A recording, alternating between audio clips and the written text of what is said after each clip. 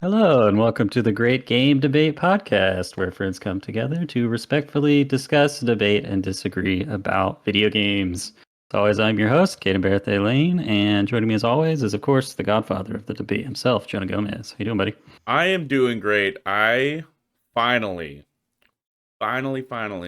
rolled credits on Zelda Tears of the Kingdom. Yo, I didn't even realize you hadn't finished it before now. No, I hadn't. Congratulations. And dude, that game has some of the best like set pieces and moments in any Zelda game. It rules. Yeah, story dog shit, set pieces 10 out of 10. No, if we're talking about dog shit Zelda stories, we're gonna talk about Breath of the Wild. Like, I disagree, but we need to have a debate in the future. It sounds like Tears of the Kingdom versus Breath of the Wild story. Yeah, I personally think Breath of the Wild story is superior. Anyway, Mateo, the man with the golden voice, how you doing, buddy? I'm doing pretty good. I've been doing nothing but party games this week, dude. Have y'all played that game Played Up? I haven't heard of that one. No. What is it? It's Played Up. It's called Played Up. PLATE, Plate Up. Yeah, it's basically like it's like Overcooked, but someone said, what if we took Overcooked and we put some roguelite elements into it? And that's my jam, dude. That is my exact thing. So we've been playing the hell out of this week. So good. You basically as you complete days, you unlock blueprints in your restaurant you can use to create more stuff in your restaurant, whether it's dining tables or other prep stations or dish racks, whatever. It's great, dude. It's very satisfying. I thought you were gonna say blueprints for more like food, and I'm like, dude, that's recipes. It's called a recipe. I got that one. But yeah, man, just it's a party game week for me. Go check it out. Love it.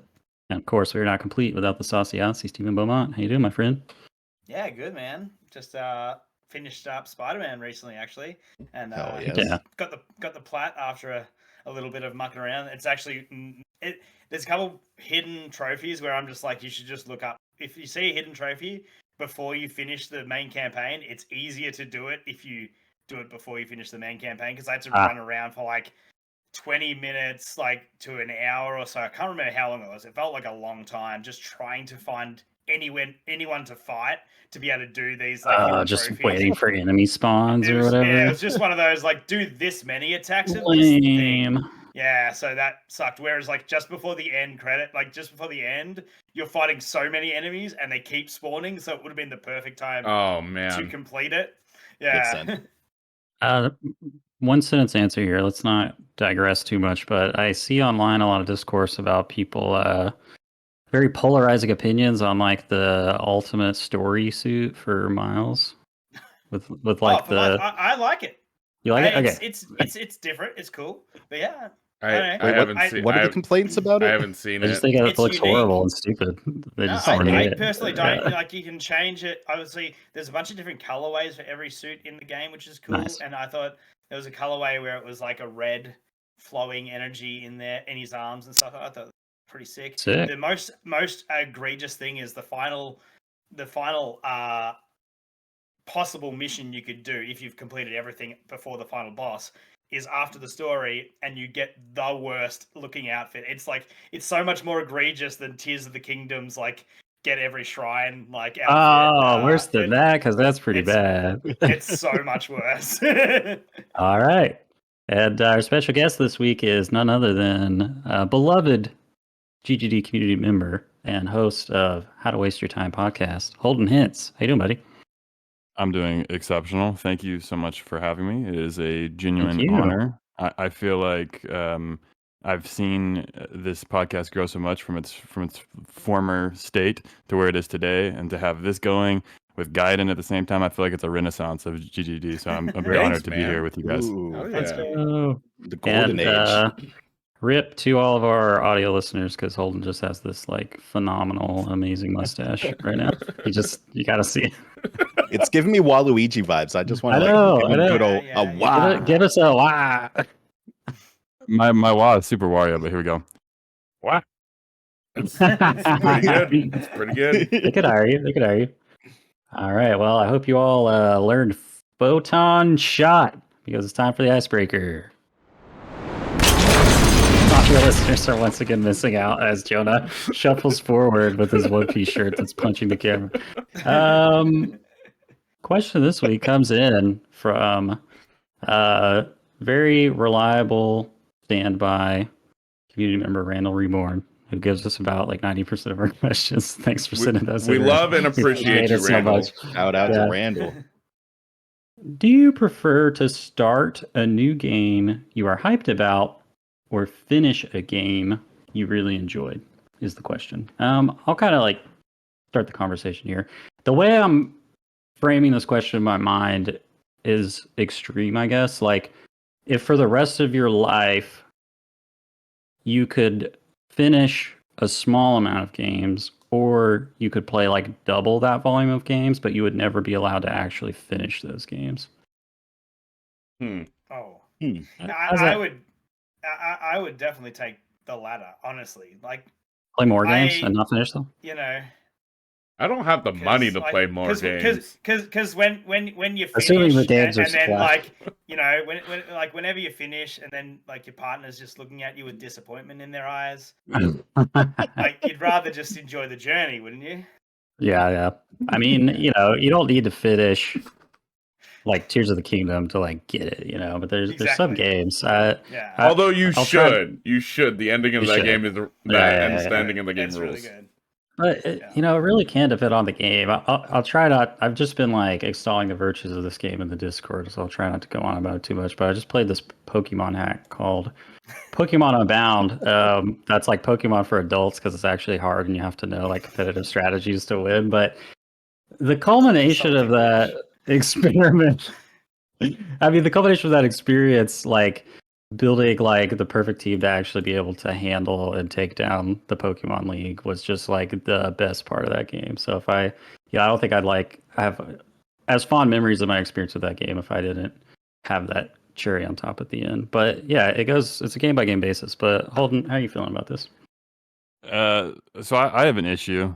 My biggest problem when it comes to gaming is that I'm just trying to find the next great thing. Yeah, I'm just always looking for the next high, the next thing that's like, oh, this is my jam, hell yeah, you know. And then I'll share it with everyone that I can. Dragon.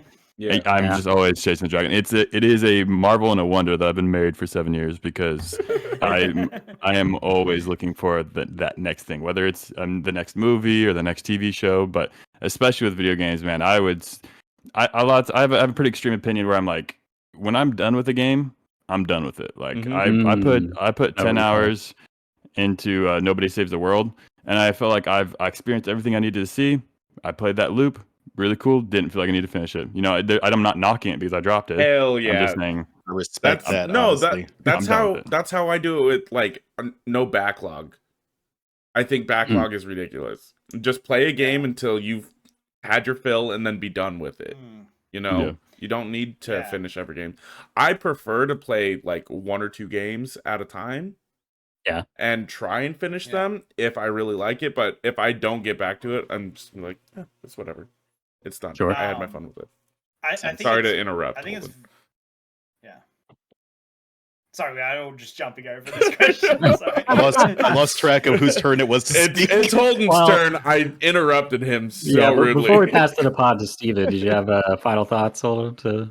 I think that's pretty much the gist of it. That I just I will always just try to start the next thing that I'm gonna, because I have a top 100 video games list, and so I'm like always trying to play something that'll make it onto that list. And so I'm just like, I want to find that next thing, whether it's even a new game or it's a game that I didn't play from like 2008 or something. It's like, hey, I want to experience this, so they can try to keep on bumping things out, because I just always want that list to be changing. I'm very strange about ranking things, but it's just like side tangent that high. What's the top 5 of that 100 list?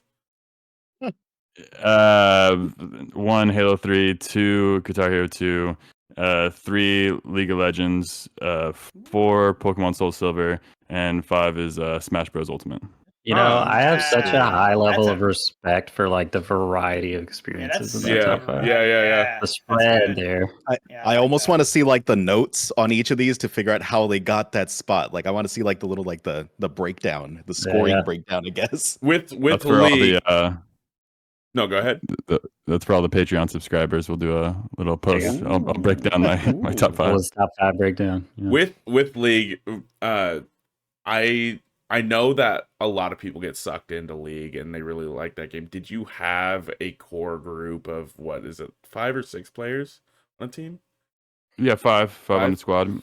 Did you have a core group that you were with, or were you like 1 or 2 buddies and you just fill in the spots with randos? Like how was that? Because I feel like that can drastically change how impactful that game is based on. Yeah, it's very intimidating. Yeah, it's super intimidating. Oh yeah, no, I understand that, and I picked this game up in season 2, so like maybe a year after it had came out, and so I've been with it for a long time, mostly because my buds did get me into it, but now all those buds that got me into it don't play anymore. So now it's like I'm only playing because I like the experiences, like and I get that same kind of like that high that I was talking about of when I start a new champ, even if it's an old champ that's been reworked or something, or it's a newly released champ. If I'm learning to play them on like my lane up at top, I get that high all over again. I'm like, oh, this is a cool new strategy I have that I didn't experience before, and I'm like, I fall in love with one of my favorite games all over again. Okay. And so that's what kind of kept me through it. Not necessarily even the people. I do have a couple people that I'll usually like text and be like, hey, you playing League tonight? But otherwise, I'm just good to just jump in and play whenever. All right. All right. So, Steven, back to the question. Yeah. Back to the question. It's funny because I want to go on a tangent about Guitar Hero. So, so can you state the actual wording of the question again? Because I think it's telling. Do you prefer to start a new game you're hyped about or finish a game you really enjoyed? Yeah, so that's... Key phrase there. I think it's very telling. It says, you finish a game you really enjoyed. I think it's really telling. And some games do ask you to come back. So some games you can just check in with. But like if a game is like demanding your attention, and yet then another game comes along, like it releases, whether you're a victim of the zeitgeist or not, if you are, or like it's the exact same thing as like, flirting is cheating, it's the idea that like if you're already in that headspace of like thinking about that other game, then maybe that the game you're currently playing either isn't for you, because realistically, I was stressed as fuck playing Tears of the Kingdom, right? Because there's so many games coming out. Yeah. And I was staying up till 3 a.m. every single day playing that because I was just like, I've got to beat this game. And so like I feel like I got cheated of the greatest experience of Breath of the Wild, which was just the discovery and just taking it at my own pace and stuff. I just didn't feel like I had that luxury this year because it was just so much stuff going on that I was stressed playing it. I still had an amazing time, but like the Korok seeds, I loved it and did like 300 in Breath of the Wild, but then in this one I had like no time. I was just like, fuck this Koroks. Get yourself to your mate over there. Like, no way I'm helping you. But for me, like that was like, no, I have to beat this game. It is freaking phenomenal. And I wasn't going to go jump onto whatever else had come out because a bunch of stuff did come out pretty soon after or before or whatever. But then like, personally for me, Baldur's Gate 3, like it's not my style of game. It's fantastic in its, sort of role-playing and storytelling and that sort of stuff. But then, when Spidey 2 came out, that was an instant drop. And I'm like, I feel guilty because everyone loves it, but I'm questioning whether I go back to it or not, because it's like, I had to play. I started to understand the systems. I didn't like, go, oh wow, I just did something that I would never have done in any video game ever. It hasn't happened yet, which is where I think this game, game excels at. You haven't fucked a bear in another game, Steven. Come on. Yeah, exactly. So that's what I mean. I didn't get that far. So I was still like early in Act 1. I'm at level 5. In a game. In a game, but real life? Yeah. For sure. Yeah, lots drop of bears in Australia. Drop bears. Drop bears, Yeah, interesting point. Mateo, what do you have to add to the conversation of this? Any strong feelings? I as someone that has probably bought I think 15 indie games over the past week and a half. I find myself more in the camp of looking for the next thing, has been previously mentioned here. I don't know. His vape up. I don't know. There's not a lot of games that come out that I need to play immediately. Like there's just I don't feel a lot of that urgency. Spider-Man 2. hasn't been purchased yet. I'll get to that here in It'll a be couple there. of months It'll or be on sale something. for $40 later. Right, like I don't feel a lot of that urgency. I can't think of the last time a game really made me feel like I needed to play it when it came out. But Baldur's Gate 3 did really get its hooks in me when it first came out. And I did wait a few days on that one, but it eventually got me. It was just too alluring of a new game experience. Yeah, all the social media and everything. Absolutely. I guess I'll be the one guy on the other side then. I constantly feel the anguish of wanting to start new games without being able to, but maybe it's also because I tend to get into the story of games and also just enjoy genres that usually are heavy in story, like RPGs and stuff, and I just like can't not finish the story, you know? But yeah. That might be one of my caveats there. Like if I am like if you're mid something, if you're mid journey through something, you can't get to, I'm not leaving that for another game if the story's got me hooked to that point. If you're feeling the story. Yeah, if you're especially if you're into it. And that's the thing, like anything with a deep system, like that's why again, it's intense to even think about going back to Baldur's Gate 3. Anything with an intensely deep system, it's like, no, you need to dedicate yourself to it. Because if you put 60 hours into X game and then come back to this RPG and you're like, what am I actually doing? And especially before RPGs had quest markers and stuff, and you're just like, literally, what am I doing? Yeah. Good point. Well, thank you again for the question, Randall Reborn from Discord. And before we move on, just like to give a shout out to our patrons. We have Dan Gieslin, Pucho, Wes Bates. Check out our sister show, GGG Gaiden. They have a new episode up about top 10 shopkeepers. Great stuff. And Dakota Falk and our very own Mateo. Am I still on the list? I should have canceled. It's canceled already. I guess I'm still just finishing my last cycle. These are just my notes. Officially removed from the patrons, Mateo. We appreciated your revoke support for this. Yeah, it makes more sense this way, to be honest. But yeah, so thank you as always to our patrons, and the money just goes right back into the community. We try to take the money and do giveaways and that kind of thing, and maybe even upgrade our equipment from time to time, which will hopefully be something that's happening in the near future. And with that, we'll go on to our short little interview here and put you in the hot seat, Holden. So as we mentioned at the top of the show, you're the host with a friend of yours for the How to Waste Your Time podcast, which I think is kind of like I'm very envious of the two of you because you have structured a show around all the media that you consume in a month, whether that's TVs, movies, books, anime, video games, music, and I just am so fucking video game obsessed. It's like the only non-video game media I consume is podcasts that I listen to while I'm playing video games and whatever TV my wife is watching when I have to watch the baby. But yeah, I'm curious if you could just give us a little bit of your background and how you found yourself doing this podcast. Yeah, no, I totally hear where you're coming from. It was a big undertaking. Previously, for the first 2 years of the show, we structured it so we both had to watch. We both had to consume all 9 mediums every single month. Wow! So we had that going for 2 years. So we had to watch a new sport. We had to we had to watch a new TV show.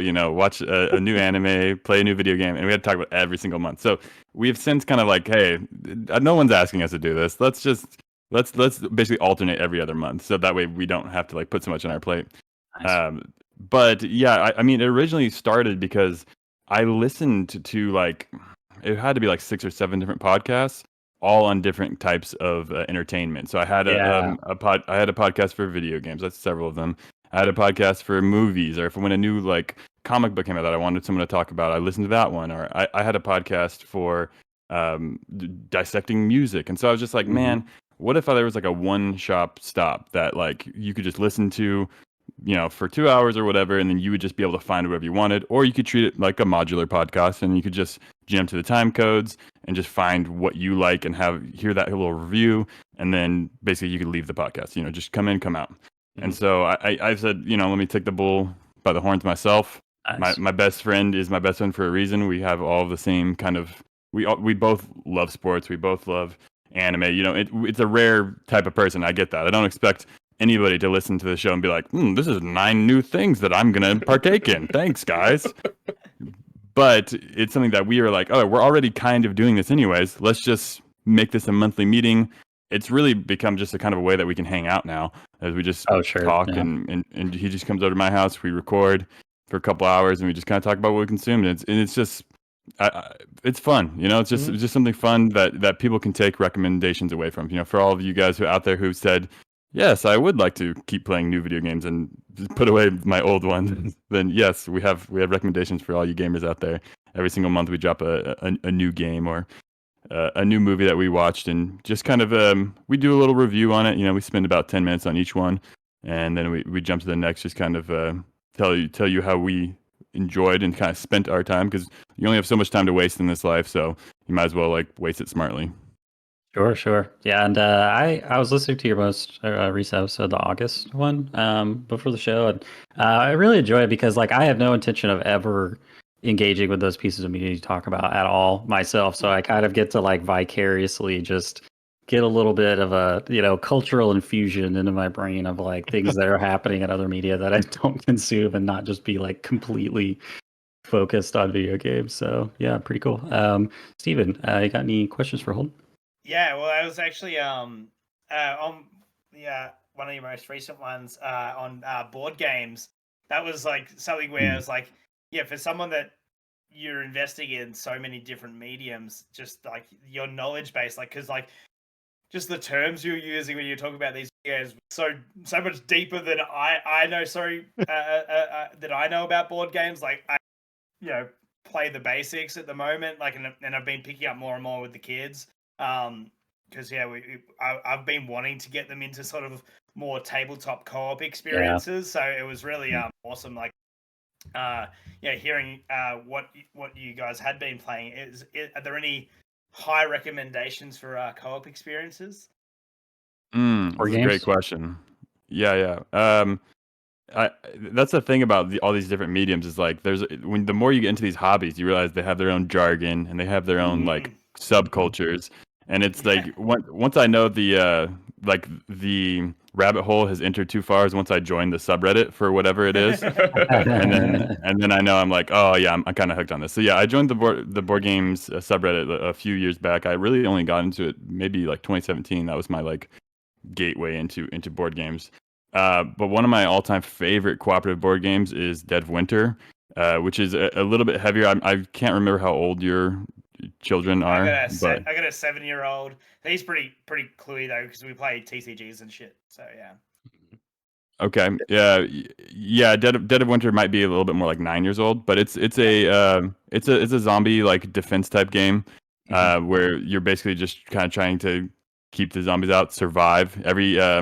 There's different missions on it, and you can kind of just flip to different pages to figure out what mission you want to do for that night, and that you just have an objective, whether it's collect X amount of fuel or stockpile this amount of food, and then everyone ends up in the library or something, and then that's how you win. And sometimes it's just survive 10 nights, and so it's just a fun little game where every time it's something different, but it's not a continuous campaign where you feel like you have to get through all 30 before the game actually gets good, because every night's its own little encapsulated thing. So that's probably my all-time favorite. Is that an hour, or is it a couple hours, or? I think you could play that in about 90 minutes, so about an hour and a half. You could probably play a one mission, just depending on how hard the mission is. That's cool. That's rad. It's a solid recommendation. I've actually never tried that one. I love board games, but that's one of those ones I always see in the store. And my buddy's like, but we got Zombicide. We'll just play Zombicide again for the 100th time. That's fair. Yeah, just to shout that out too, you do have an offshoot series of your podcast called Medium of the Month, where you conversely take a deep dive into a specific medium, and your most recent one was board games. So it's a good listen to. Shout out to Chris from what's the Pokemon? Friendly Fire. Friendly Fire, but yeah, the Pokemon. I gotta rank them all. Yeah, great series. Cool. Sorry, John, were you about to say something? No. No. Oh, okay. I can. I do have I guess I do have a question. Please. So we got your top 5 video games. I am wearing my One Piece shirt. Let me hear them animes. Want to hear my top 5 anime? Yeah. I should pull up the list instead of just. You have just these lists ready to go. You've thought. Yeah, are these like in spreadsheet form or something? They're in a notes file on my phone. Nice. It is. I started it back in 2015. It was called Hintz's List because my last name is Hintz. Ooh, so nice. I have lists of all my favorite stuff. So top 5 going 5, 4, 3, 2, 1. 5 is Fullmetal Alchemist. I like the original and Brotherhood about equally. They're just both masterpieces. 4 is Cowboy Bebop. 3 is DBZ.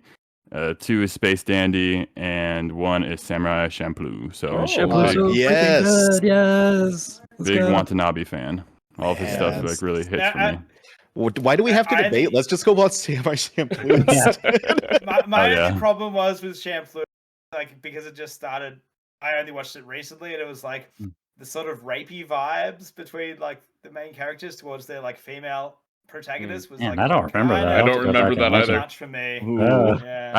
I see. They to me it always felt like a Big Bro kind of like watching over her. But I could understand how you could think it's like a maybe uncomfortable situation. Yeah. They're a little antagonistic for sure. Shout out that one episode where they're fighting in like a burning drug crop and like the art style just like goes crazy and like devolves and gets real rough and sketchy. It's so cool. All right, guys. Well, let's turn things over to the judge, Jonah Gomez, for the debate.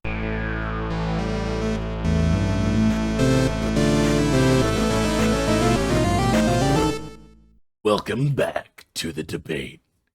It's time for a one-on-one battle with Holden representing 2D fighters. You can't laugh. I got Macho Man Randy Savage up in here. Let's go. Getting a little Macho Man. Roll with it. I was getting more the boulder. The boulder. With Holden representing 2D fighters versus Mateo representing 3D fighters. That's starting to hurt my voice, so I'm going to be done. We have Steven as the assist trophy. Holden, as our guest, would you like to start or close the debate? I'm a big sports fan here, and I feel like a lot of times when you win the coin flip in a football game, American Gridiron, a lot of times people will defer, right? Because they're like, "Oh, we're gonna get in the second half." But I'm so confident I'm gonna score on the opening drive. I'm gonna start it. Ooh. That was sports talk for all you gamers out there.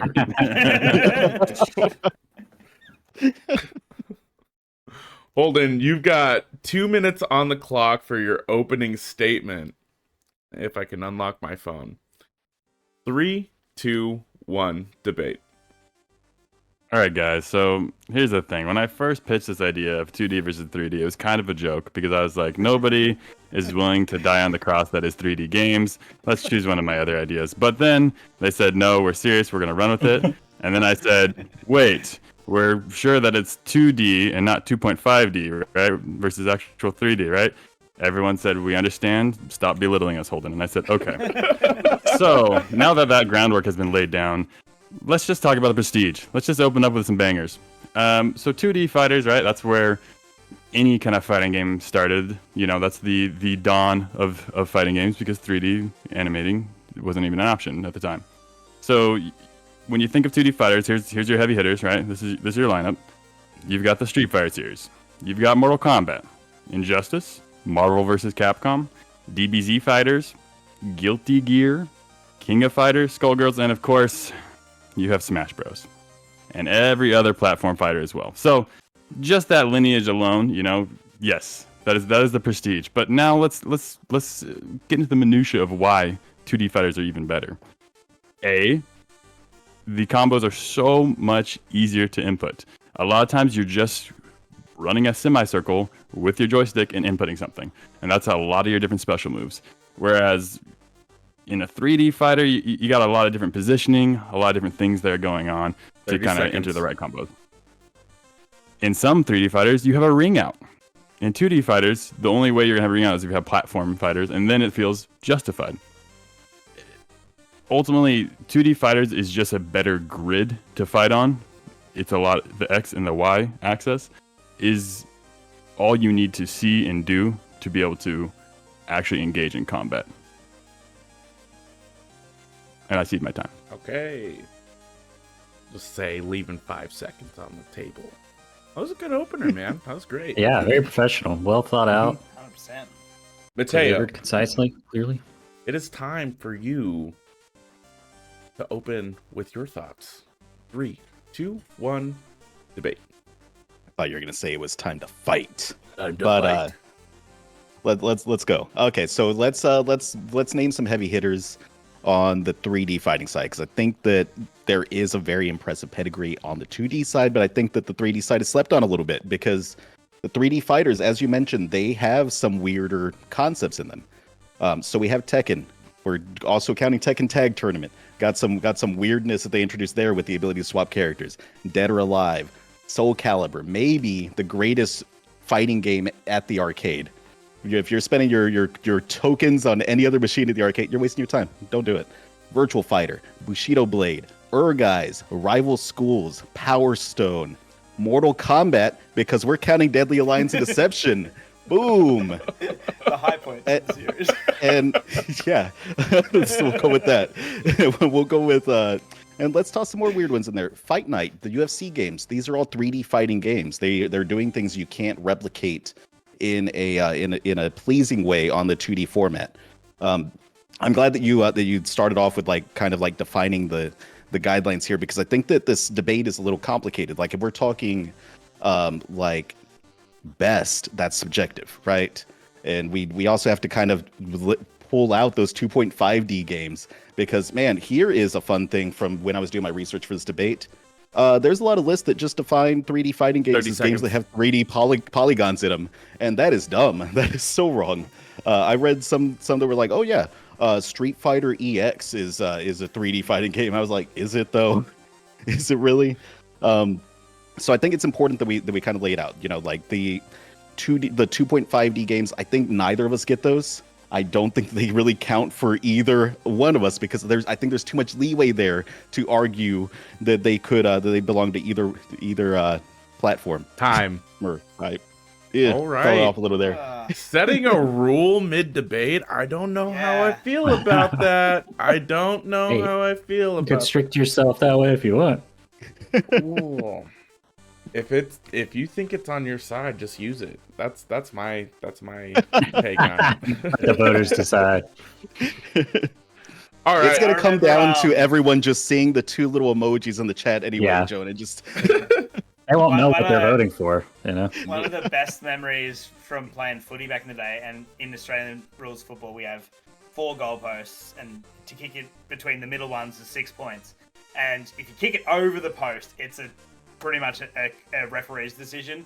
And I remember booted the absolute skin off of it and kicked it over. And one of the vice captain grabbed me and said, "Celebrate it," because that led to it being claimed as a goal. Because it's just 100%. Use whatever you've got, ammunition you've got, whether it works or not. And that is more sports talk for all you gamers. All right. Is this our sports episode? Yeah. We're moving on. We're moving on to the second round, the rebuttal round. Holden, you've got 2 minutes on the clock. 3, 2, 1, debate. So first of all, absolutely not. 2.5D is literally a 2D fighter because it's on the X and Y plane. It doesn't have that third dimension of moving diagonally and shifting around. So I mean, 2.5D is literally just 2D. So it's when Street Fighter went from Street Fighter 2 and 3 to Street Fighter 4. It's actually just 3D animation.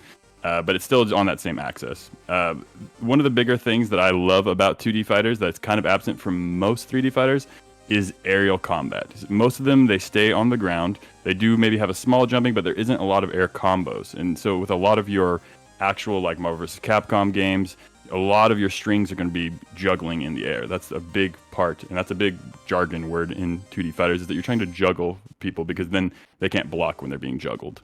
And so that's like a lot of the fun of 2D versus 3D is aerial combat, especially in like Smash Bros. There's some characters that are just strictly you want to work off their aerials because they have such strong aerials. That's how you're going to kill confirm with their aerials. Whereas in 3D fighters, you don't have that unless you're playing a game like the anime ones, like the One Pieces or the Narutos or the Dragon Balls, like Budokai Tenkaichi, the ones that you're out there in an open space. And then when you're playing those ones, you are fighting two opponents. You're fighting your enemy and you're fighting the camera because it's always going to be difficult to be able to determine what's going on, where you are in relative space. 30 seconds. And a lot of time, they can just time you out. They'll just fly to the edge of the map and you'll just try to chase them down and they'll time you out because that is an option in those 3D anime fighters. And that's why no list has 3D anime fighters in their top 10 fighting games of all time.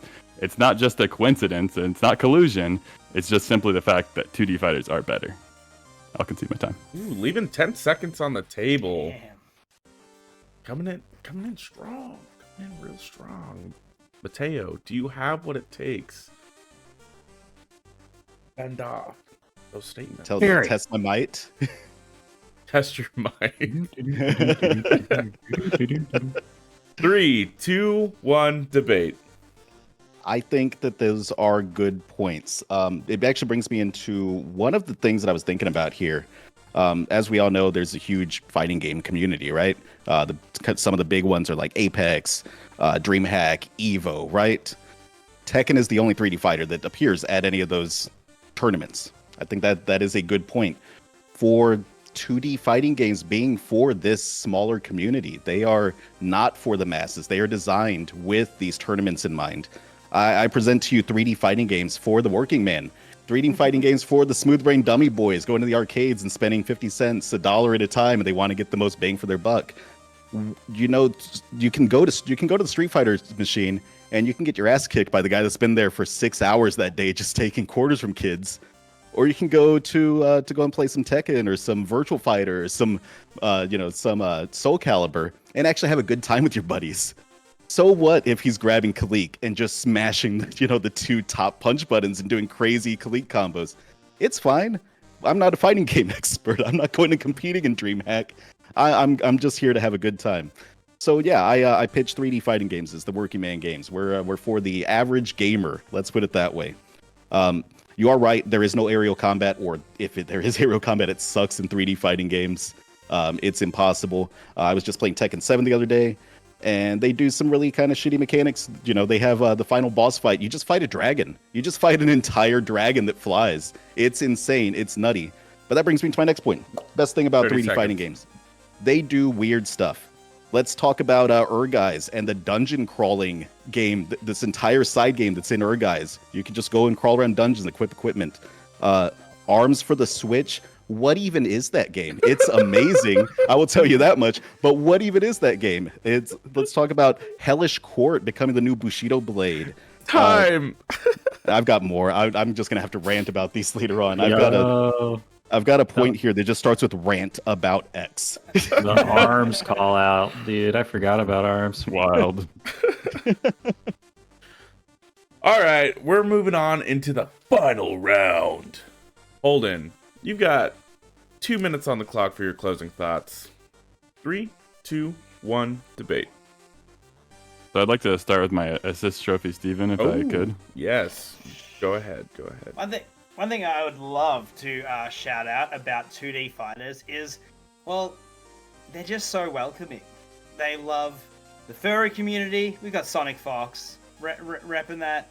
And they also love the bronies. Where my bronies at? We've got them fighting herd. So just remember, no matter how 15 seconds. Unique your tastes are, you're welcome here in the 2D fighting community. You leaving it? I see my time. Okay. That's it. All right. Go ahead, Holden. So I love the point about the working man, smooth brain dummy boys being 3D fighters. I totally agree, and that was a space that was previously held by 3D fighters until Street Fighter 6 releases something called Modern Controls, one of the more controversial releases of Street Fighter 6. It is the ability to do specials with usually just 1 or 2 buttons and no real directional input. And it's just the ultimate smashing, grabbing, going. And a lot of the actual hardcore community says, you know what, we're okay with this. If it gets new people in, if it gets the working class into Street Fighter, let's go for it. Especially because the damage output is lower. If you do the combos on classic controls, then you do have a greater damage output. And I think that's a strong balance there.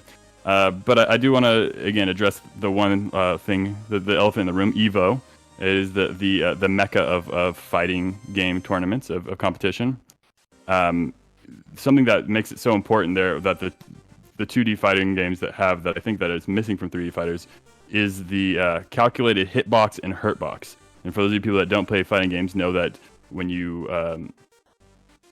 put an attack out, you put an input in, it has a frame data that where it would hit someone, thus being the hitbox, and then each character has their own hurtbox of where they're going to be hurt. That's something that exists in a world like Tekken and Soul Calibur, but it is so much harder to calculate, and you really can't be frame perfect. 30 seconds. Speaking of frame perfect, I'd like to end this debate with a moment called Evo Moment 37, where Daigo fought Justin Wong in the 2004 Street Fighter Third Strike, where Daigo had a 17-hit parry against Justin Wong. And that moment lived in infamy forever and resurrected fighting games because it was frame-perfect data done on a 2D axis. 3D games will never be able to compete on that level. Time. Man. Ending it real strong. That's a damn good end up. That was a really good end. I've brought that up in this podcast like multiple times. Such a good video. It's so good. Hype. All right, Mateo. Yes, sir. This is your last fight, man. Go in. 3, 2, 1, debate. Let's start off with Steven. Ask anybody. Ask anybody that has had 2 Ds. You know what they'll say? Why not one more?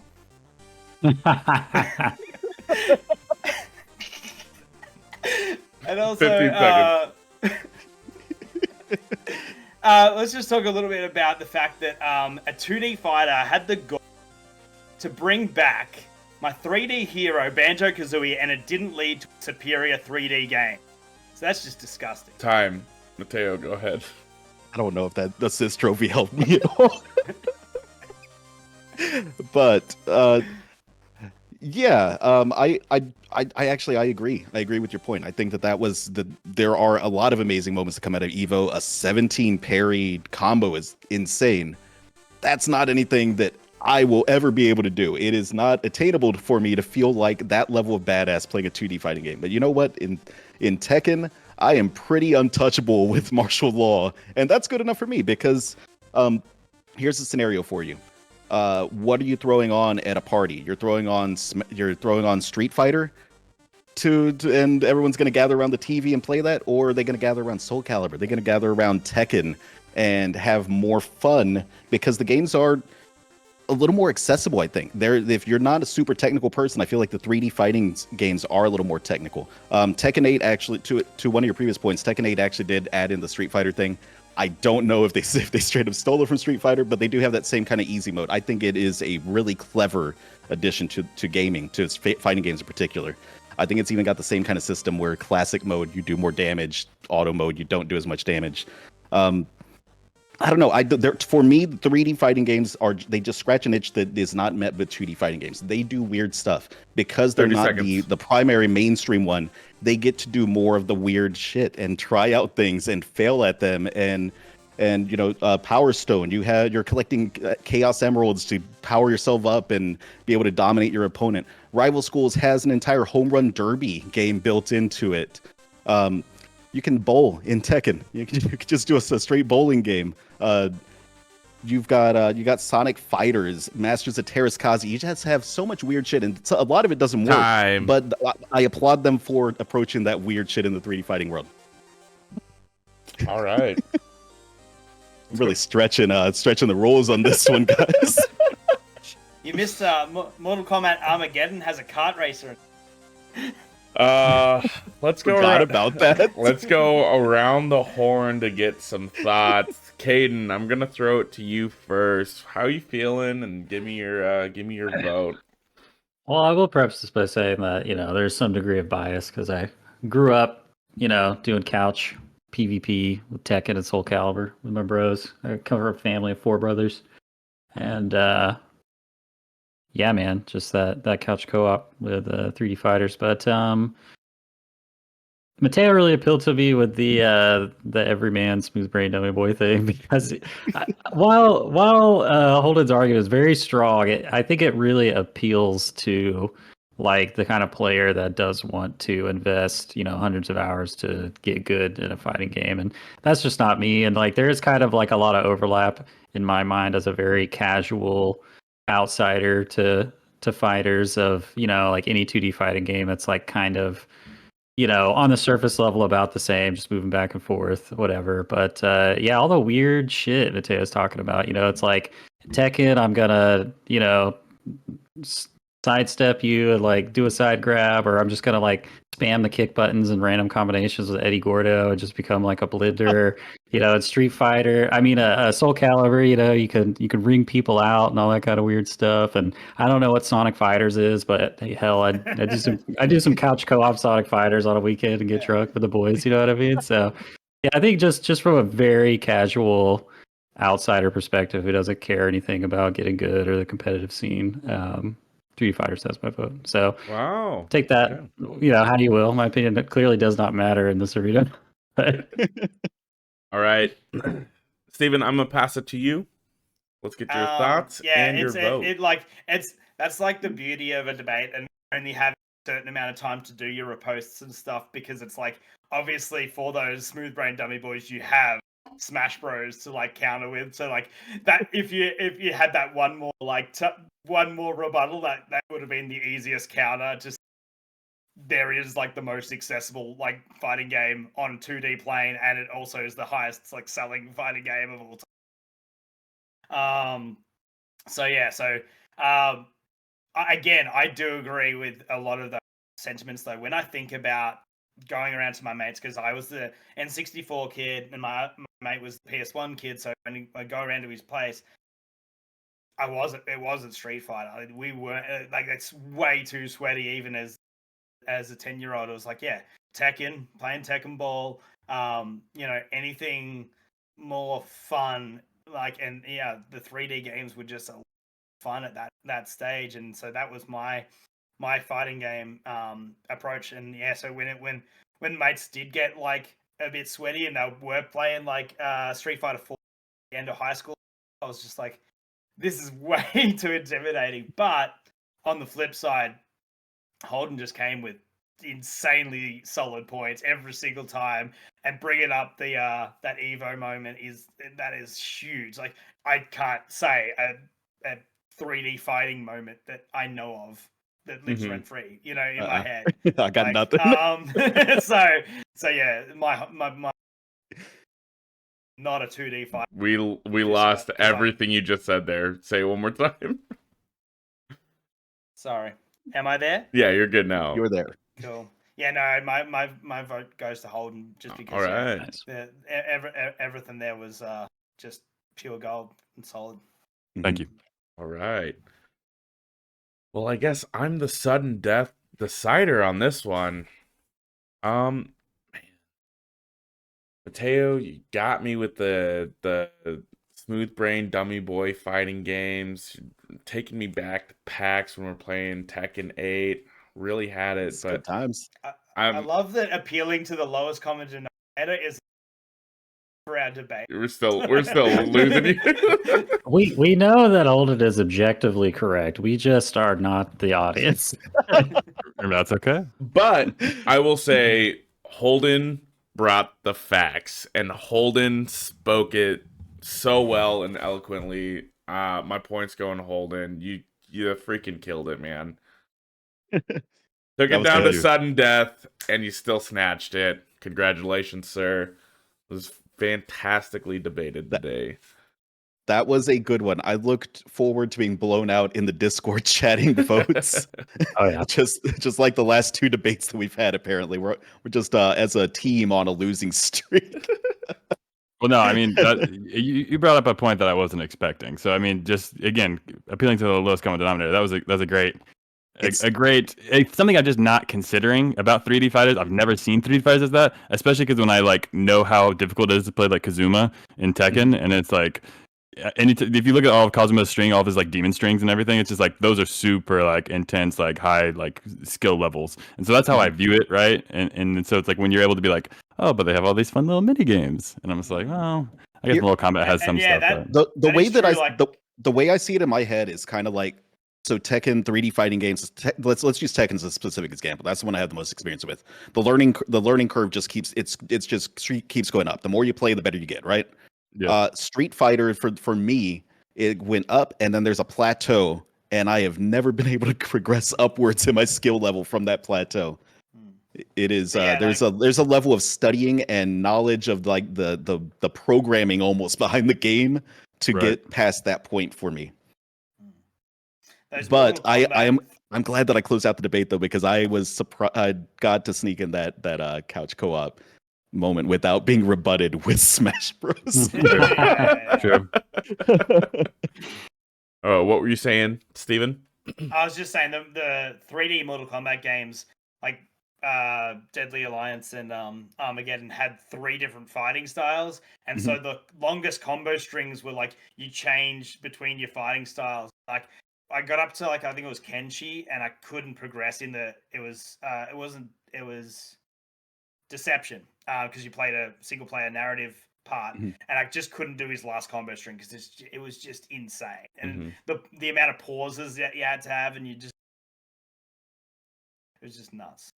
I can't wait for that new mic to come in, dude. I did unironically love Deadly Alliance, though. I would tell you, Bo Rai Cho in that game was my dude. I love any game that gives me a drunken master style like fighter, though. I'd fall in love with them immediately. Street Fighter 6, Jamie, he's really good. I need to check him out. I've actually been sleeping on the Street Fighter games. The more recent ones have not checked him out. But I just have such a bad taste in my mouth because I'm so bad at the games that I have one buddy that's super into them. I play and I'm like, well, I'm just getting my ass kicked. I'm just losing over and over and over. No, I get what you're saying, and I've been that person to other people before, so like I understand. I know that's not fun. You want someone at your skill level, but sure. But I'd be more than happy to play some Street Fighter with you, bro. Absolutely, I'll play a new character. We'll learn new characters together. I'm all about that. Hell Sounds sick. Hell yeah. All right, well, let's move on to our last debate, which was Hayden representing. Oh, was it? Huh? I said, "Oh, was it?" Yeah, it was Hayden representing Final Fantasy X versus Max Darrett representing Nier Automata in the most profound video game, leading by 2 points, with 2 points. 1 point. Oh, we just got a last minute vote. Definitely wasn't me. Was Max Darrett just eking it out barely. 8-7. Congratulations, Dang. Max. I'm proud of myself for getting that close, though. Yeah. It wasn't a sweep. That's a hard debate to follow for sure. Yeah, that was a wild one. Yeah, that was crazy. And we'll be right back because we're gonna go pitch, and we'll actually pitch some games this week.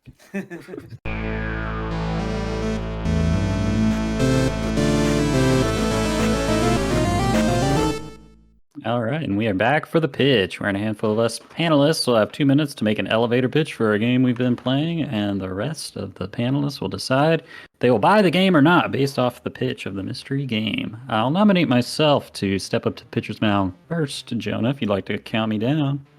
I got 2 minutes on the clock for you, Caden. 3, 2, 1, pitch. Okay, where do I even start this game? It's fucking weird. It's kind of like... It's kind of like Keegsfield by way of Dark Souls. But it's first... No, wait. I meant to say I meant to say Kingsfield by way of Skyrim. It's first person, kind of a dungeon crawler game, and you have like a character build mechanics very similar to Dark Souls, but the gameplay is very Skyrim, where you have your melee and your ranged and your magic. Very limited, like, equip your 2 weapons, your 2 spells, your 1 accessory type of thing. And the game is just completely just throws you in the deep end. There's no like guidance at all. It's just like you go out there and explore and pay attention and read the item descriptions and read the game mechanics and just kind of figure out what the hell you're doing down here. The premise is the moon started crying and released a poisonous fog across the world, and monsters started coming out of the fog and just almost eradicated humanity. And so they built this deep well and just started throwing anything associated with the fog monsters and criminals down into the well. So you're a thief who's been chucked in the well, and you're just like trying to fight your way through the depths of the well to figure out if there's any hope of survival or any escape. And 30 seconds. The game just well, let me talk about this one mechanic. This game has mechanics that are synchronized with the lunar phase. The game gets like harder and like rare enemies appear the closer you are to a full moon. And there's a mechanic called lunacy that also increases the closer you are to a full moon, that makes your spells stronger and you get more XP, but like harder monsters appear and you take more damage. And it's just weird. It's so cool. It's weird. All right, that's time. Quick question, like the actual moon cycle?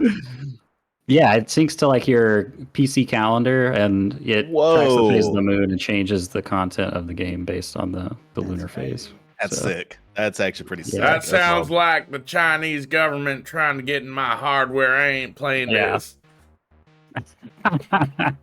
I'm cheating a little bit here because my time's up, but I just have to also point out there's almost like this immersive simness to the game where you could kind of like break the game if you're paying attention to the mechanics. Yeah. So I didn't ask that question. Please, any questions you have? Please, any questions you have? You said it was first person? Correct. And can you see your hands? You can see your one hand. Your character model is a severed hand floating in midair that's holding whatever weapon you have equipped. Ew. So this is like old school. This is like old school. You step forward and it's like a chunk of area that you're No. It's not. It's at real time and you can move around smoothly. Okay. It's not like an old school dungeon crawler. But what's a sort of time investment on this game? I'd say it's only maybe anywhere from 6 to 10 hours, depending on how good you are at it.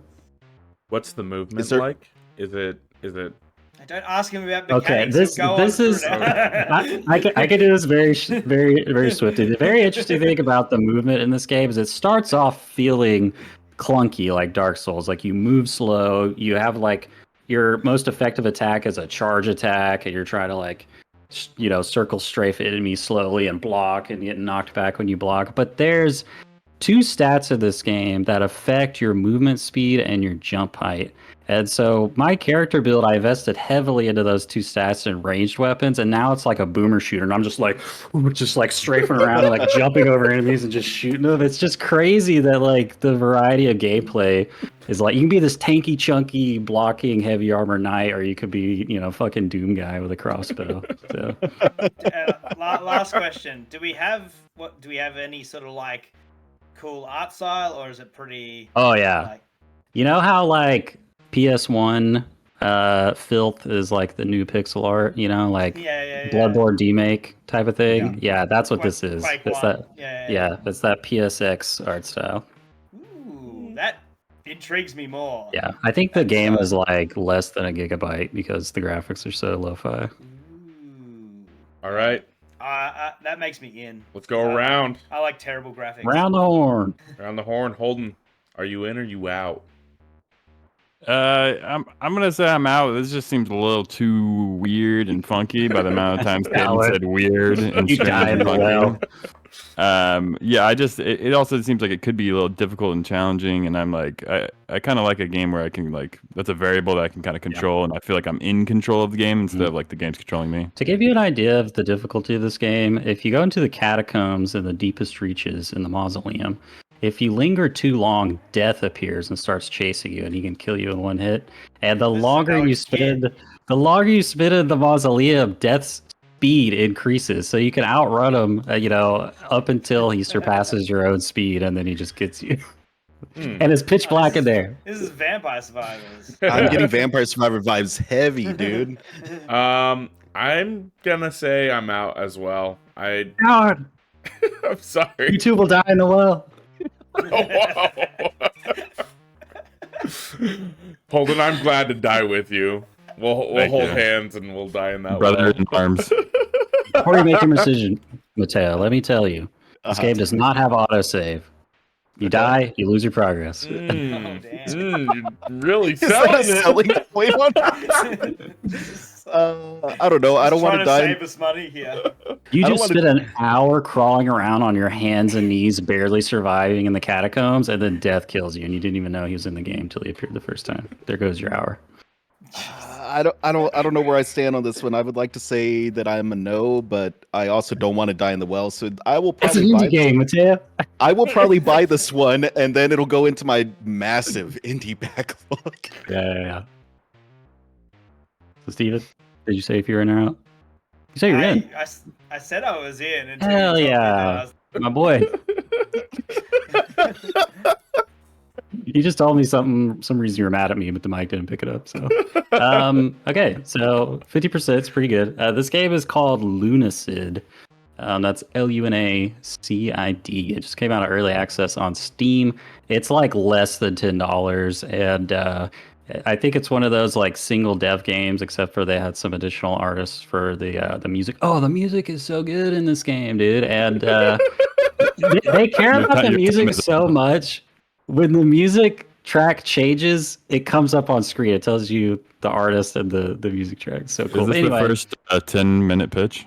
Maybe. I just watched Caden have an orgasm. Everyone said no. Yeah, it's so good. My last thing. The developer said when the developer was suicidal, they were having lucid dreams. And to help them get through that dark time in their life, they base the content of this game off, like, inspired by their lucid dreams. It's crazy. Okay, I'm done. I just love this game. It's so cool. People need to know. People need to underline it 3 times. Yeah. Anywho, thank you so much for listening. Holden, are you ready to approach the pitcher's mound? Batter up, baby. All right. 3, 2, 1, pitch. All right, guys. I got a game that is a very bare bones. I'm gonna say it's a 2D Pikmin-like with an isometric view. So you think like Hyper Light Drifter, that kind of like view style, but it's not pixelated. It's like it's got a watercolor like aesthetic of like almost little like cutouts, maybe almost a la Paper Mario, like that kind of like moving on a isometric plane. It does have a day and night cycle, but it's actually done well. You can always skip the nighttime, or you can go out and you can kind of like press your luck a little bit and like do some more adventuring and stuff. Or you can hug like lamps and lights and stuff, and so you can avoid all the spooky ghouls that come out at night. That'll like if you stay too long in the darkness, they'll chase you down. There's no ticking time bomb, so you don't have a rush to do anything. You just kind of periodically just take your day and night cycles. It takes place in the 80s. It features 2 runaway kids that are like maybe like 10-year-old, and it has a big Where the Wild Things Are vibes. If you've ever read that book or watched that movie, where the kids go into the woods and they find these big mystical creatures and they kind of befriend them and like kind of take them on this journey and make them part of this. And that's where they find all the little spritelings and all which are the Pikmin-like of this game that have different elements, and you find them at different like parts of the map. It's got a really nice, well-made map that you can kind of you have your home base and you can venture out every night and come back to that home base. 30 seconds. You can rescue cats for one of the old cat ladies. It has a Luigi's Mansion style vacuum where you can like vacuum in different things that your main character has. It's very like Ghostbusters feeling. All the enemies are like fantasy. They're unique and fun to engage with. They're like some like gelatinous like blob type stuff. And then lastly, it has an atmospheric lo-fi soundtrack that is like really, really nice. It plays in about 12 to 14 hours, so it's not a huge time investment either. Nice. That's time. Ooh. That was a great pitch, man. That was a great pitch. I love you guys' show, so I've studied your ways. Well, I've talked enough tonight, so you guys take it away. Steven, you're the most hot on like Pikmin-like games. Yeah, but the only problem is no one can hear me. Oh, that's that's fair. Well, are you in or you out? Obviously, the isometric elephant in the room. But art style can deflect. Hayden, are you okay, dude? Oh, was I doing something weird? I don't know. You were tapping or something, and it was very much coming through. Dude, like, I was like hitting like a bongo. Yeah, I'm over here bouncing my knee. Oh, I didn't realize the mic was picking that up. My bad. Yeah. I thought you were just adding some tribal music for like. That's what I thought too. It was that thing from Wolf of Wall Street. Art style can absolutely defeat my distaste of isometric, and also I really like Pikmin, and I really loved Tinykins. Me too. Yeah, I definitely want to check this out for sure. Oh yeah. Quick question: what platforms is this on? Everything. I played it on PC. It was on PC Game Pass at the time when I played it. Ooh. I think it did move to if you have PSN Extra, I think it recently went to that as well, so you can play it on PlayStation, and then it's on Switch as well.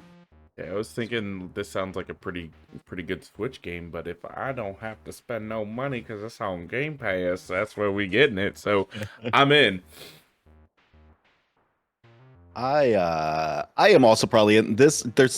It's such an interesting little mix of things, but you tick so many like little happy boxes for me. The lo-fi soundtrack, the 80s vibes, the day and night cycle with like the spooky, high risk, high reward night cycle stuff. That sounds rad. Also, it sounds like it would probably be a really good Steam Deck game, and I am always on the hunt for good Steam Deck games.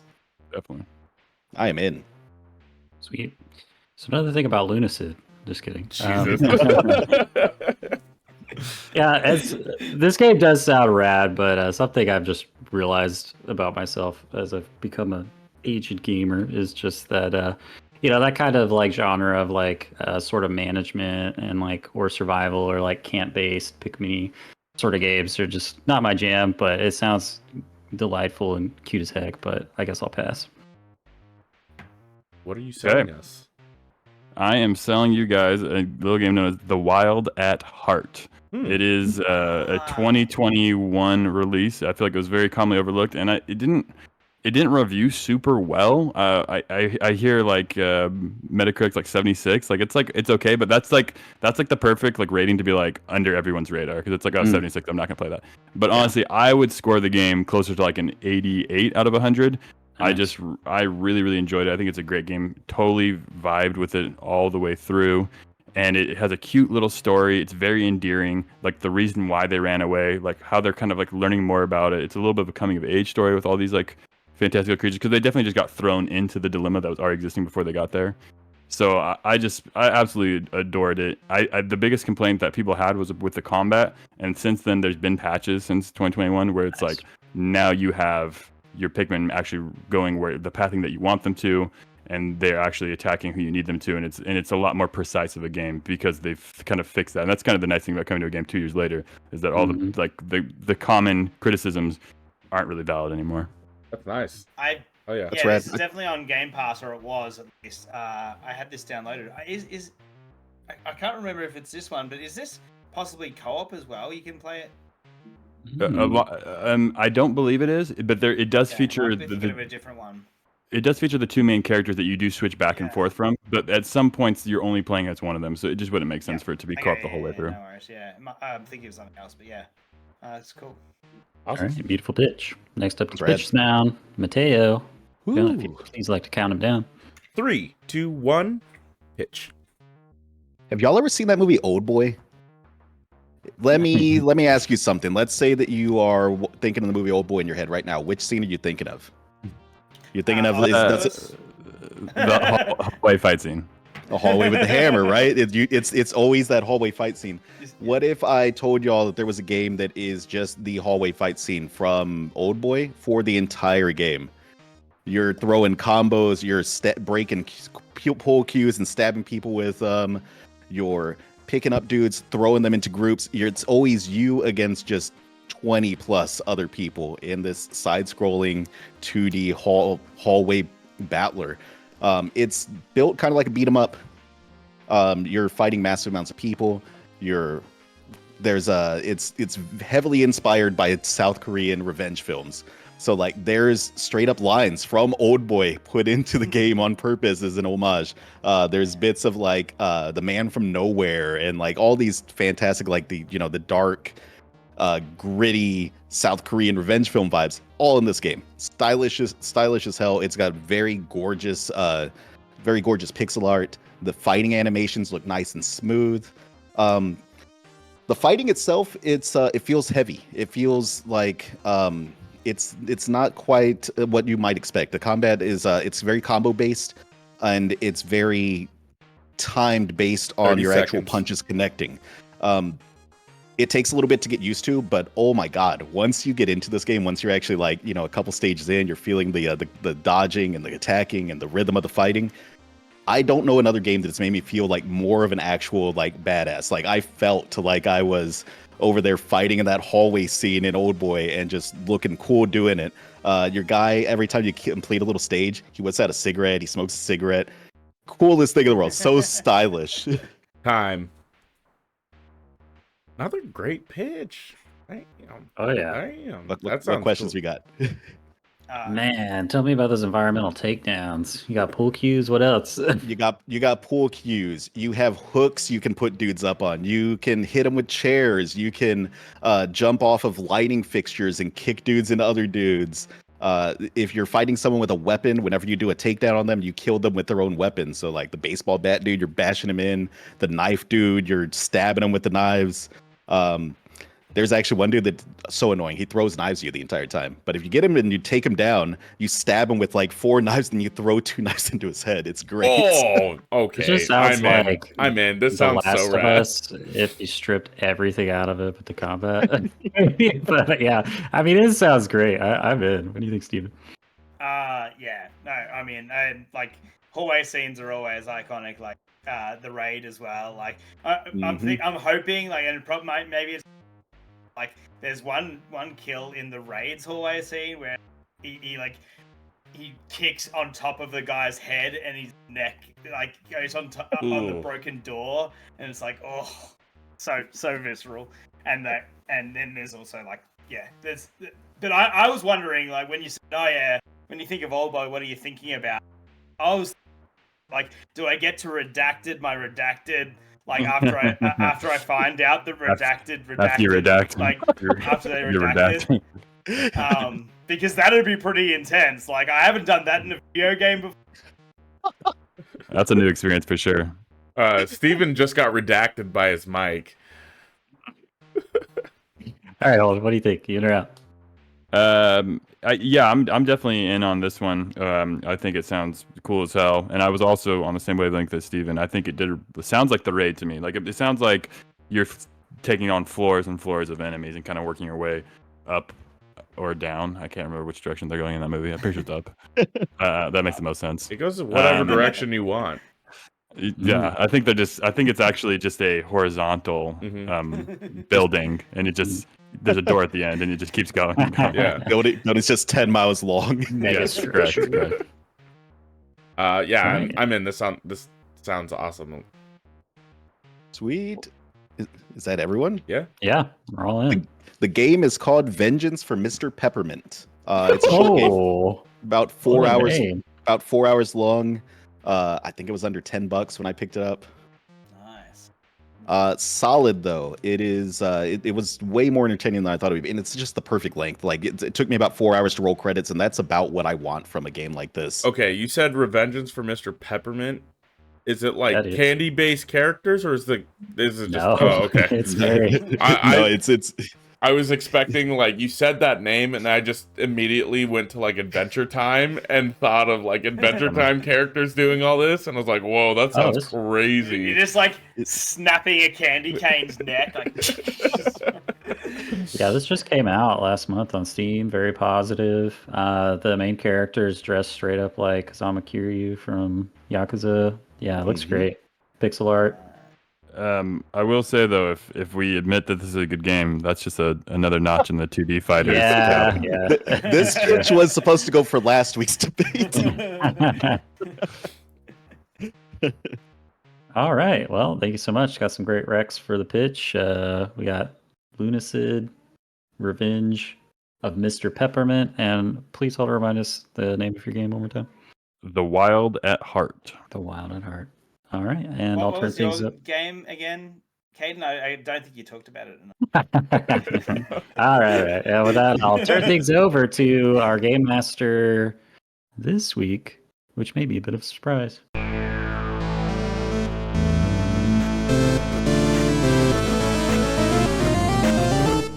Hello and welcome to Holden's Hints with Holden Hintz. Let's go. Thank you. In this game, I'll be giving you helpful hints at what media outlets determine is the message or takeaway from the particular video game.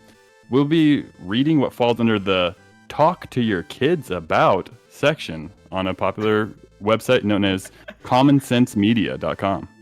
Okay. We're using only 2023 releases. There's going to be a part 1 and a part 2. If you can't get it from the first section alone, just ask for some of those hints. Then I'll give you 3 more short hints that include the genre, topics they list, and the ESRB rating. Oh, okay. Oh wow. Buzz in with your name when you think you want to make a guess. You're granted only 1 guess in part 1, and that's going to be worth 2 points if you get it right in part 1. Ooh. In part 2, you're granted as many guesses as you want, because I'm sure you'll just get it by then, and that will be worth 1 point. Okay. So, if no further questions, if my preamble will suffice, I will begin. I got 5 games for you guys, all right? Let's go. Yeah. All right, this is game number 1. Talk to your kids about in-game violence. In blank, your character kills a lot of people, some of whom are human or humanoid. Does killing a human in a game make you feel different than when you kill an animal or destroy a robot? Though no... Go ahead. Baldur's Gate 3. Incorrect. Good guess. Lots of murder. When you let your kid play Baldur's Gate 3, the most sexy game ever. Hey, you're not a bad parent to do. Though no blood is spilled in this game, enemies are shown with limbs cut off, and one is decapitated off screen. Do you think this is necessary for the story? Steven. Go ahead. I'm gonna have to. I don't know if it's if it's this year game, but I'll go with the this year version. I'll say Jedi Survivor. That is correct. Oh, I was thinking, what has amputation and no blood? A lightsaber game. That is 2 points for Steven. Very good, dude. The wound. Have y'all seen that mod where they're trying to make it's a mod for the Jedi games, the new series, the latest one that turns it into more realistic lightsaber fighting, basically. So you're actually chopping people in half, and that sounds awesome and a lot of work. The last Talk to Your Kids section in that game, I don't think it would have helped anything, but it says the hero is standing up to an oppressive government. I guess. Is what it says in the thing. All right, game number 2. Families can talk about violence in media. Blank's simple graphics make its combat feel pretty innocent. But does it also cause players to think fighting is okay?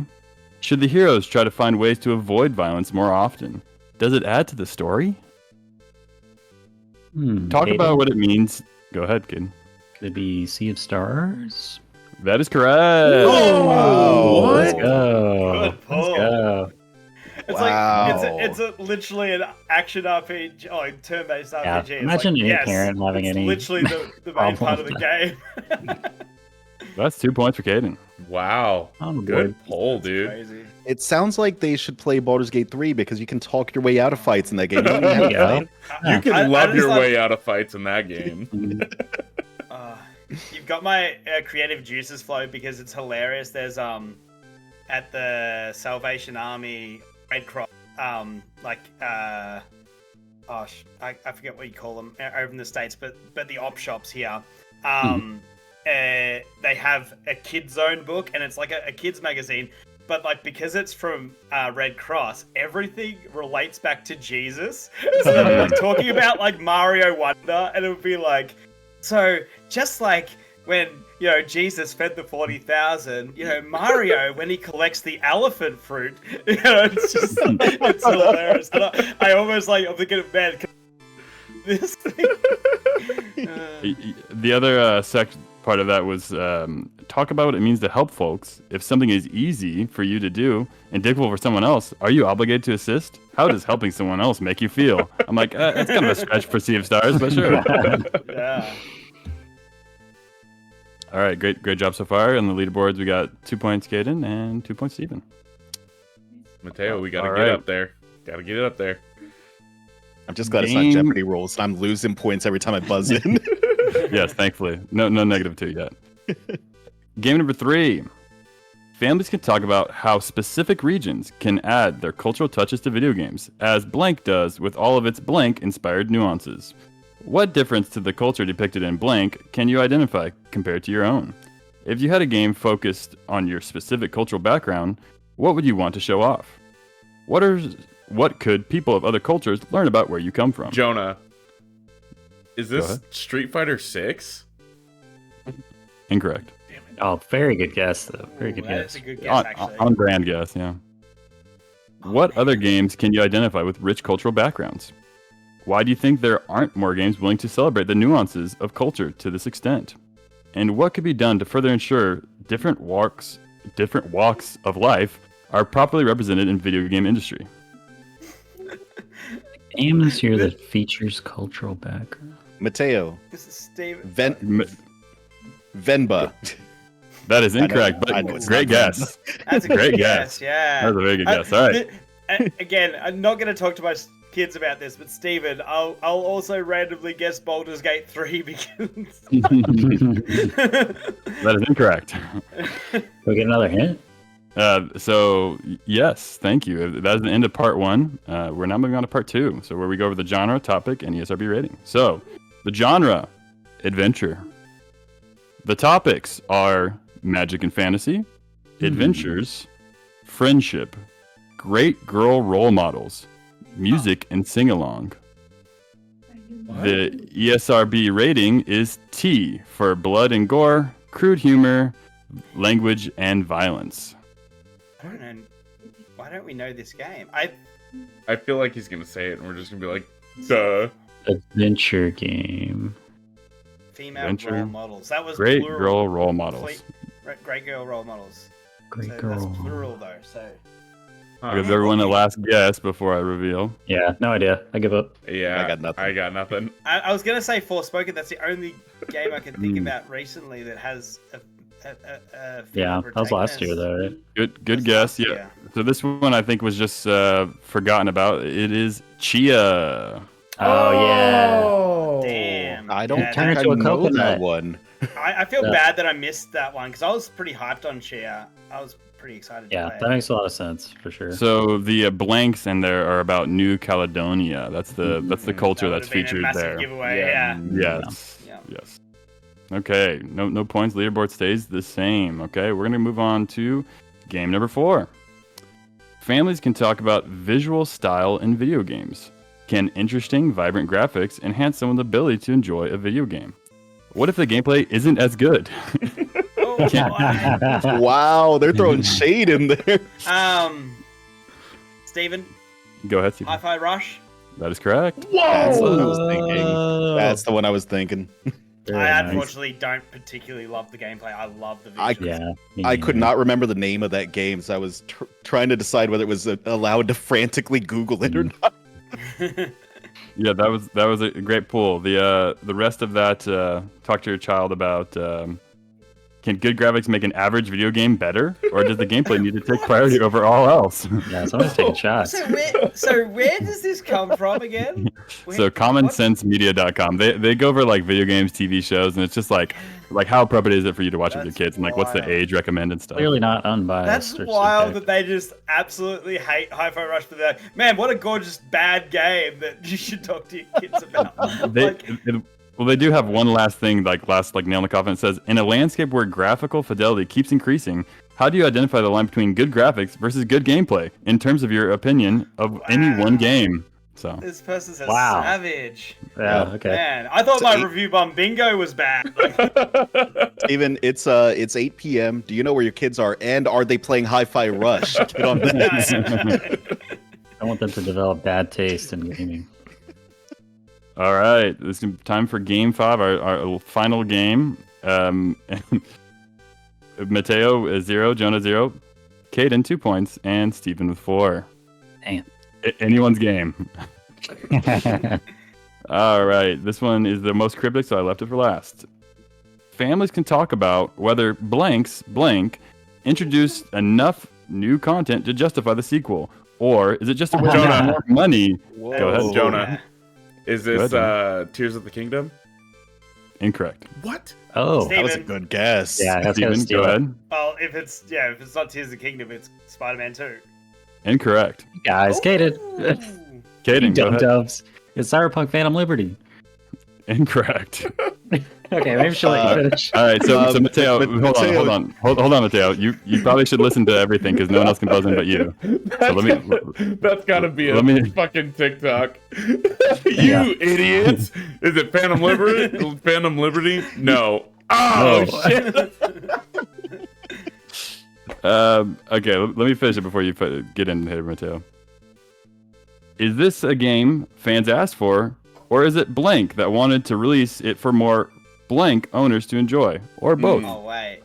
While the blank series isn't likely a game parents should be concerned about, bookmark Common Sense Media for helpful tips to navigating inappropriate games and other content for children in the family. Don't be worried about it. I think I know. Oh, wait. What? Wait. Okay. If you don't have a guess, I'll just. I don't have a guess. Okay. All right. So here's some more hints for you guys here at the end.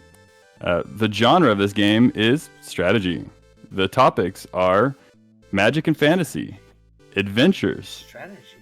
bugs, cats, dogs, and mice, science and nature, space and aliens. The ESRB rating is E10. Do we all get a guess it back on the Everyone gets a guess back. Go ahead. Go ahead, Gideon. Take my 4. That is correct. Oh. Really? They think it's not. Worthy of a sequel. A shameless cash grab by Nintendo. Your kids shouldn't be worried about it, but I was like, oh, maybe it's Diablo 4 after. these are the weirdest subjective content warnings I've ever heard. But I was like, Overwatch 2 came out last year or whatever. Yeah, I was thinking, oh, maybe it's Overwatch. But Tears of the Kingdom was it was a shoe-in for Tears of the Kingdom. Yeah. This should just be a DLC. Oh man, yeah. That's a solid game type. That's for sure. a I very dig good that. I dig that one. Yeah, it's fun. Thank you. Thank you so Thank much. That was awesome. So I'll have to pull back in the future to settle the grudge match between myself and Steven. Steven did handle your win with 4 points versus your 3, but nonetheless, still a grudge match. I didn't realize I got 1 point. Oh my god. All right. Well, thank you so much, Holden, for coming in and being the game master this week. Really appreciate it. And with that, it brings us to our final thoughts. Congratulations, everyone. We've reached the end of the podcast. Pat yourselves on the back. We did it. Woohoo. Holden, as our guest, what are your final thoughts? Feel free to shamelessly plug anything you've got to plug. And was I making weird noises again? No. Okay. I just saw Holden do it, so I had to do it back. Yeah. It's gonna be our sign-off from now on. Whatever you got on your mind, anything you want to plug, it could be anything. Oh yeah, I appreciate that, man. Yeah, it's a little hot where I'm sitting right now. I'm wearing a sweater. It's a little sticky in this room. Yeah, that sucks. Relatable. But I am wearing a How to Waste Your Time sweater, and it made it all worth it. So I could plug the pod some more. On the back, I have the artwork for Medium of the Month. It was done by a guy named Alan Cortez. It's a wizard with that artwork is sick. That's rad. Shout out to Alan Cortez. Yeah, he's the man. Flan Cortez on Instagram. He did the commission for that, and I love it. It has all the 9 different mediums we talk about in the medium ball. Hell yeah. But I'm more than happy to do a Medium of the Month episode with anyone. It's just a way that, again, I can just talk to my friends about cross-recommend entertainment. So the next one's going to be Chris Logan from Best of the Rest. We did a couple podcasts. Hell yeah. So friend of the show for GGD. Yeah. And so be sure to look out for that episode and listen in anywhere you find podcasts. How to Waste Your Time is the network. Heck yeah. Sick. Awesome. And Jonah, final thoughts. Final thoughts. Holden, thanks for coming on, man. It was awesome. I really appreciate you. Like, actually, you had to tell your work that you're scheduling time for us today, so that was awesome. That was awesome. Big shout out to our patrons. Yes, thank you. Our patrons. With the money that you guys have donated, we were able to help Steven get a new mic. So a new mic for Steven is on its way. Just so we can avoid the... Thank you so much, patrons. Just so we can avoid the cutting in and out. So thank you. We will also be doing a giveaway after this episode drops.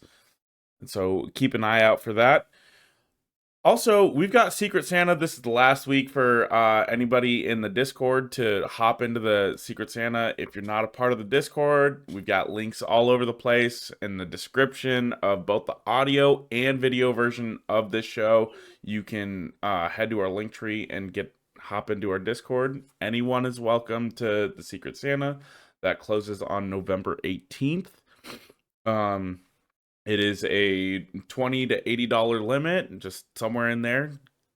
And we'll be pairing people up probably next week or the week after it closes. Fantasy League. Yes, and we are starting the preparations for our 2024 Fantasy Critic League. So if you'd like to hop in on that, that is also something that you can do for some community engagement. And I just want to give a big shout out to the guiding guys.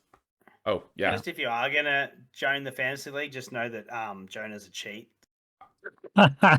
You know, I have one big brain, rough brain moment, and Steven gets salty about it. So I'm not even going to win, so suck it. Aren't you in second or third right now? I am in second and third, and that's just because I have Baldur's Gate 3, which is what he's talking about in Tears of the Kingdom.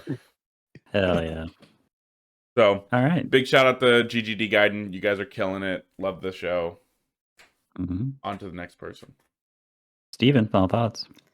Just a quick one. I just want to shout out one of my favorite bands, Spirit Box. Just had an absolutely awesome week. They got nominated for a Grammy, which is absolutely huge for metalcore.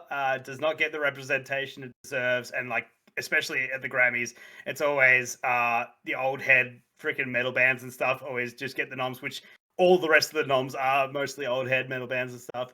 But yeah, so shout out to them, and they also just released a remix of Megan Thee Stallion's Cobra, and it's pretty awesome. Yeah, it's really good. So check it out. Oh yeah, Theo, final thoughts. I've got a musical one like Steven too. A few weeks back, I went and saw Heilung here in Austin. Damn. And they blew my mind, dude. They call their music they call their music rituals.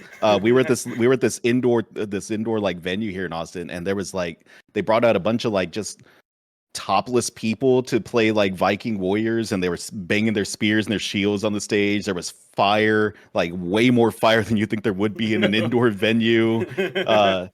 It was wild. It was I see now why they call their concerts rituals. Like it felt like almost like a spiritual experience going to this concert. So shout out to Heilung. They're cool. That's Listen to them while you play Valheim. Yeah, I was gonna say play them while you play in Valheim or God of War Ragnarok. Like, oh my god, that music's killer. Nice. All right. Well, my final thoughts are, I already blew my pitch on Pokemon Unbound, but I finished it, and man, just like if you're an embittered, jaded old Pokemon fan like me that hates all the new games, like this is the game for you. It's so freaking good. I love this game. Never expected to be a Blissey fan because on paper that thing's just everything I hate about Pokemon designs. It's an egg that like carries an egg in a pouch and it eats eggs, so I guess it's a cannibal. Just fucking stupid Pokemon, but competitively it's just a unit, like just the best, just terror on the battlefield. But anyway, I've been your host, Katie Barrett Lane. Happy gaming. Bye. Bye.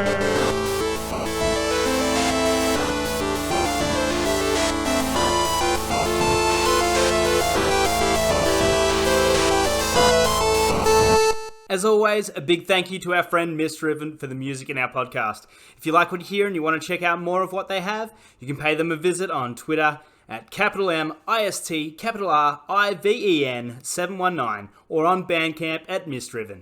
Thanks again for tuning in. Till next time. Steven wants to stare into that infinite abyss. Yeah, fuck yeah. Napoleon Dynamite is one of my favorite movies to quote. It's just such a quotable movie. You know, eat your dinner. Steak, you know. Yeah, I'm constantly quoting it. Like anytime I leave somewhere that was unfortunate, I'd be like, well, that place was a ripoff.